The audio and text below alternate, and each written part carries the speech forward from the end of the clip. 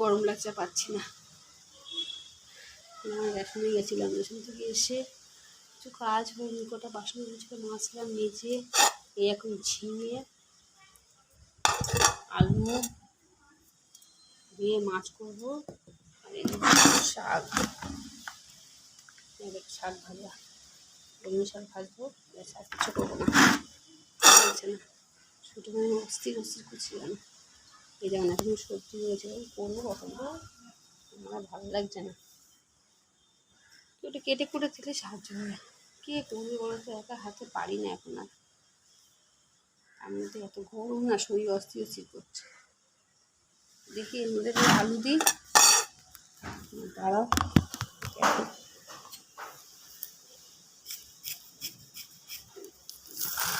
আলু দিয়ে কাটা পোনা মাছ ঝোল হবে। এখন কী বলতো, আলুগুলো কেমন হয়ে গেছে, মানে বেশি দিন রাখলে না নষ্ট নষ্ট হয়ে যাচ্ছে না তো। আজকে আমার কাজের সব দিকে গন্ডগোল হয়ে গেছে, একটুখানি বেরোলেই এই সমস্যাটা হয় আমার।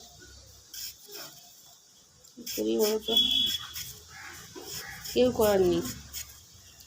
তাও দেখবে বড়রা খালি বলবে কী করো কী করো, যতই করো না কেন নাম জীবনে তুমি পাবে না। বড়দের সব গুণে চিন্তা বেশি। কী করি খালি সংসারে, একটা সংসারে কি কম কাজ? দুজন লোকে যা কাজ, তিনজন লোকে সে একই কাজ, কিন্তু হলে কী হবে, দেখে বুঝে সবাইকে কিছু খাবো, খাওয়ারও টাইম পাই না। কখন খাবো বলো তো, সেই উঠলে না আমার শরীরটা এখন ঝিমঝিম ঝিমঝিম করে, আমার ভালো লাগে না, আমার কাজকর্ম করতে যাবে, এখন আর ইচ্ছা করে না। তখন মনে হয় একটু শুয়ে থাকি, আমি বসে থাকি।